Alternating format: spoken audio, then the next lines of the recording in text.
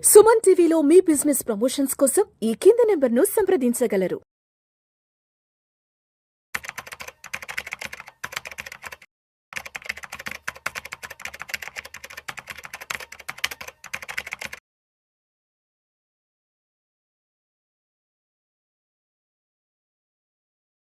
నమస్తే, నేను మీ రేవంత్ చలమల. సో ఈ రోజు మార్కెట్ అప్డేట్ ఏంటో ఒకసారి చూద్దాం. ఈ రోజు డేట్ March 2025. సో ఈ రోజు మార్కెట్స్ అయితే కొంత క్లోజ్గానే ఫ్లాట్గానే క్లోజ్ అయ్యాయి. నిఫ్టీ అయితే just -5 points, maybe weighted average close అయ్యి ఉండొచ్చు. సో ఫస్ట్ హాఫ్ మాత్రం కొంత ప్రెషర్ చూపించింది. ఒక రకంగా మంచి వోలటాలిటీ అయితే ఈ రోజు మార్కెట్లో క్రియేట్ అయింది. ఒక పెద్ద డ్రామానే నడిచిందని చెప్పాలి ఒక రకంగా మార్కెట్లో. సో మార్నింగ్ కొంత గ్యాప్ అప్ అయినప్పటికీ అక్కడి నుంచి సెల్ ఆఫ్ ట్రిగ్గర్ అవ్వటం, 22,000 వైపుగా కంటిన్యూ అవ్వటం, డౌన్ సైడ్ స్లైడ్ అవుతూ వెళ్ళిపోయింది. సో ఇవాళ కూడా ఇంకా మనకు ఒక పెద్ద రెడ్ క్యాండిల్, మనకి శుక్రవారం లాగానే ఒక పెద్ద రెడ్ క్యాండిల్ ఫార్మేషన్ జరుగుతుందేమో అని ఒక భయాన్ని కూడా క్రియేట్ చేసింది. కాకపోతే సెకండ్ హాఫ్లో వచ్చినటువంటి రికవరీ మనకి మార్కెట్లో కొంత పాజిటివ్ హోప్ని అయితే క్రియేట్ చేశాయి. సో ఈ రోజు అటు మిడ్ క్యాప్ కావచ్చు, స్మాల్ క్యాప్ కావచ్చు, యాక్చువల్గా మనకు ఫస్ట్ హాఫ్ అంత విపరీతమైన నెగిటివ్నెస్ని అయితే ఇండికేట్ చేశాయి. దాదాపుగా ఆఫ్టర్నూన్ వరకు -1.5% ఆ రేంజ్లో స్మాల్ అండ్ మిడ్ క్యాప్ ఉన్నట్లయితే ఈ రోజు మనకి జస్ట్ 0.5% స్మాల్ క్యాప్తో క్లోజింగ్ వచ్చింది. అండ్ మిడ్ క్యాప్ అయితే పాజిటివ్గా కూడా కొంచెం వరకు టర్న్ అవుట్ క్లోజింగ్ అయితే ఇవ్వడం కనిపిస్తుంది. సో ఇక్కడ నుంచి మార్కెట్ కండిషన్ ఏంటి అనేది ఒకసారి గమనించినట్లయితే మనకు ఒక 50% రిట్రేస్మెంట్ రావచ్చు రీసెంట్ స్వింగ్ నుంచి, అంటే దాదాపు 22,800 ఆ 22,900 వరకు కూడా. అండ్ దాంతో పాటు ఒక లాంగ్ టర్మ్ ట్రెండ్ ఏదైతే బ్రేక్ చేసి కిందకు వచ్చిందో దాన్ని రీటెస్ట్ చేసే ప్రయత్నం కూడా కొంతవరకు జరగాలి. కాబట్టి మనకు కొంతవరకు అప్ సైడ్ చిన్న మూమెంటం. సో బేసిక్గా దాన్ని రీట్రేస్మెంట్ అని అంటాము. ఎప్పుడైతే సెల్లింగ్ ఎగ్జాషన్ అనేది, అంటే టూ మచ్ ఆఫ్ సెల్లింగ్ అనేది జరుగుతుందో కొంత సెల్లింగ్ ఎగ్జాషన్ రావడానికి అవకాశం ఉంటుంది. సో ఆ టైంలో చిన్న చిన్న రీట్రేస్మెంట్స్ వచ్చే అవకాశాలు ఉన్నాయి. ఇప్పుడు కరెంట్ ఉన్నటువంటి మార్కెట్ సినారియోలో ఆ రీట్రేస్మెంట్ వచ్చే అవకాశాలు అయితే ఎక్కువగా కనపడుతున్నాయి. సో ఈ రోజు సెగ్మెంట్ వైపుగా చూసుకుంటే దాదాపుగా రియాలిటీ 1.26%, మెటల్స్ 1.18%. సో ఒక మంచి గ్రీన్ మూమెంటంలో అయితే కొంతవరకు అవి తీసుకొని వచ్చాయి. బట్ ఈ రోజు one of the biggest loser కింద మాత్రం మనకి HDFC బ్యాంక్ అయితే కనిపిస్తుంది. HDFC is one of the biggest loser. So HDFC bank దాదాపుగా 52 పాయింట్స్ తీసేసుకుంది. మొన్న శుక్రవారం రోజు HDFC బ్యాంకే సపోర్ట్ చేసింది, కానీ ఈ రోజు HDFC బ్యాంక్, రిలయన్స్ కొంతవరకు బాగా డ్రాగ్ చేశాయి. So going further we have to see. And yes, దానికి గల కారణాలు ఏంటి? మనకు ఓవర్ నైట్ గానే యూఎస్లో టారిఫ్ రిలేటెడ్ ఇష్యూస్ మారటము. కానీ ఇక్కడ పాయింట్ ఏంటి? యూఎస్లో టారిఫ్ రిలేటెడ్ ఇష్యూస్ మారుతున్నాయి అన్నమాట నిజమే. సో ఆ టెన్షన్స్ అనేది మనకి ప్రపంచవ్యాప్తంగా ఉండాలి, అన్ని దేశాల్లో అన్ని మార్కెట్స్లో ఉండాలి. కానీ ప్రపంచవ్యాప్తంగా ఉన్నటువంటి మార్కెట్స్ అన్ని కూడా when compare to Indian markets ఈరోజు స్టేబుల్గా ఉన్నాయనే చెప్పాలి. సో కేవలం ఈరోజు ప్రెషర్ అంతా కూడా మనకి ఇండియన్ మార్కెట్లోనే కొంతవరకు ఎక్కువగానే కనిపించింది. సో యూరోపియన్ మార్కెట్స్ ఇవన్నీ కూడా బాగానే ఉన్నాయి. ఈవెన్ చైనీస్ మార్కెట్ కూడా ఈరోజు బాగానే ఉంది. సో యాక్చువల్ టారిఫ్ టెన్షన్స్ వాళ్ళకి కదా. సో మన ఇండియన్ మార్కెట్స్ ఇంతగా టెన్షన్లో ఉండడానికి అయితే అసలు అవకాశాలే లేవు. అదేవిధంగా ఏదైనా Russia Ukraine war related escalation జరుగుతుందానంటే ఆ టెన్షన్ అసలు ఎవరికి కనిపించట్లేదు. సో ఇదంతా కూడా ఇండియన్ మార్కెట్లో కాన్సన్ట్రేటెడ్గా మాత్రమే FI యొక్క సెల్లింగ్ వల్ల జరుగుతుందని మాత్రమే మనం కన్సిడర్ చేయగలుగుతాం. So going further we have to see వాళ్ళ సెల్లింగ్ ఎగ్జాషన్ ఏమన్నా అయిపోవచ్చిందని కూడా మనం చూస్తుంటే మంచిది. సో కొంచెం టెక్నికల్గా కూడా మన నిఫ్టీ యొక్క చార్ట్ని కూడా ఒకసారి మళ్ళీ అనలైజ్ చేసుకొని నెక్స్ట్ మన మ్యూచువల్ ఫండ్ యొక్క డేటా కూడా ఎలా ఉందన్న దాని గురించి చూద్దాము. సో ఈ పర్టికులర్ ట్రెండ్ లైన్ అయితే మనకు బ్రేక్ డౌన్ అయితే జరిగింది. సో మళ్ళీ పైకి వెళ్ళదానంటే వెళ్ళొచ్చు, వెళ్ళకపోవచ్చు.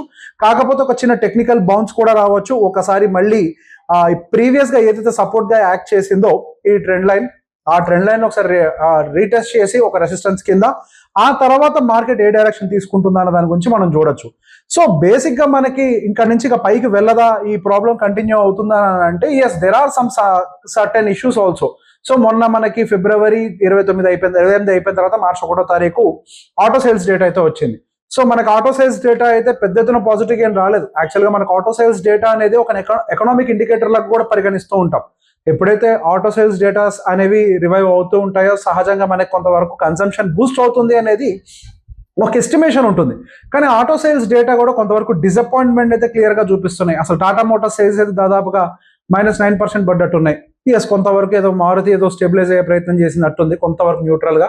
M&M కొద్దిగా పాజిటివ్గా ఉన్నట్టున్నాయి సేల్స్ డేటాస్ ఇవన్నీ కూడా. So going further we have to wait and see. అవి కూడా రివైవ్ అవుతాయనంటే మనం ఇమీడియట్గా ఏమీ చూడలేము. సో హవెవర్ మనకి మార్చ్ సీజన్ వచ్చింది.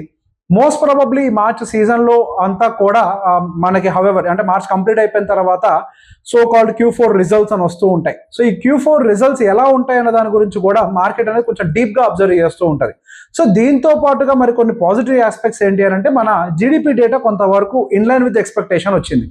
టూ మచ్ ఆఫ్ పాజిటివ్ అనకూడదు అండి, కానీ ఇన్లైన్ విత్ ఎక్స్పెక్టేషన్ రావటం అనేది ఇంతకు ముందు ఏదో 5.8 వచ్చింది, ఇప్పుడు 6.8 ఎంత వరకు వచ్చినట్టుంది. సో ఇన్లైన్ విత్ ఎస్టిమేషన్ రావడం కూడా ఒక రకంగా మనకు పాజిటివ్ న్యూస్ అనే చెప్పాలి ఇప్పుడున్నటువంటి సిచ్యువేషన్స్ లో. సో ఈ మార్కెట్ కండిషన్ లో మనకుండే ఒకే ఒక negative news, there is undoubtedly FIs selling. So ఈ ఎఫ్ఐఎస్ సెల్లింగ్ అనేది మనకి శుక్రవారం రోజున అయితే విపరీతంగా కనిపించింది. అఫ్ కోర్స్ దాని ఇండెక్స్ రీబ్యాలెన్సేషన్ ఇది కూడా జరిగినట్టుంది. దానివల్ల కొంతవరకు మనకు వాల్యూమ్స్ కూడా 50,000 కోట్ల వరకు వెళ్ళాయి, ఎఫ్ఐఎస్ యొక్క ట్రేడింగ్ వాల్యూమ్స్ అనేవి. సో ఓవరాల్ గా ఒక 11,000 కోట్లు ఆ రోజు సెల్లింగ్ పెట్టడము, దానికి తోడుగా ఇండియన్ లో ఉన్నటువంటి డిఐఎస్ అందరూ కూడా కొంతవరకు బయింగ్ సపోర్ట్ కూడా ఇవ్వటము. But still there is a selling. End of the day Friday market అయితే బ్యాడ్ గానే క్లోజ్ అయింది, బట్ ఆ ప్రెషర్ అయితే క్లియర్ గా కనపడుతుంది మార్కెట్ లో. సో మనకి గోయింగ్ ఫర్దర్ నెక్స్ట్ మనకి మార్కెట్స్ సపోర్ట్స్ తీసుకోవడానికి గల కొన్ని ప్లేసెస్ ఎక్కడ ఉన్నాయో కూడా ఒకసారి మళ్ళీ చూద్దాము. సో మనకి నిఫ్టీ పరంగా అయితే ఇది కండిషన్, అండ్ సెన్సెక్స్ పరంగా కూడా మనం ఒకసారి 1 డే టైం ఫ్రేమ్ ప్రకారం చూసినా కానీ మనకి ఏదైతే లాంగ్ టర్మ్ ఛానల్ ఉందో ఆ ఛానల్ బ్రేక్ డౌన్ అయితే క్లియర్ గా అయిపోయింది. సో హయ్యర్ సైడ్ వెళ్ళటం కంటే కూడా హయ్యర్ సైడ్ కన్సాలిడేషన్, అంటే ఇక్కడ నుంచి కన్సాలిడేట్ అవుతుందా అనేది కూడా ఒక ఎక్స్పెక్టేషన్. సో దాన్ని మనం ఇమీడియట్ గానే మనం జడ్జ్ చేయడానికి అయితే లేదు, బట్ ఈ స్పీడ్ అయితే కొద్దిగా కంట్రోల్ అయ్యే అవకాశాలు అయితే కనపడుతున్నాయి. సో ఒకసారి మనం మ్యూచువల్ ఫండ్ డేటా కూడా ఒకసారి చూద్దాము. సో మొన్న శుక్రవారం నాడైతే హైయెస్ట్ ఫాల్ వచ్చింది అయితే మాత్రం ఇండస్ట్రీస్, అంటే మనకి మ్యూచువల్ ఫండ్ లెవెల్లో కూడా టెక్నాలజీ రిలేటెడ్ మ్యూచువల్ ఫండ్స్ మాత్రం దాదాపుగా 3.85% పడిపోయాయి. అది యావరేజ్ డేటా, నేను ఒక ఫండ్ గురించి చెప్పట్లేదు. ఒక ఫండ్ బాగా పడచ్చు, ఒక ఫండ్ తక్కువగా పడచ్చు.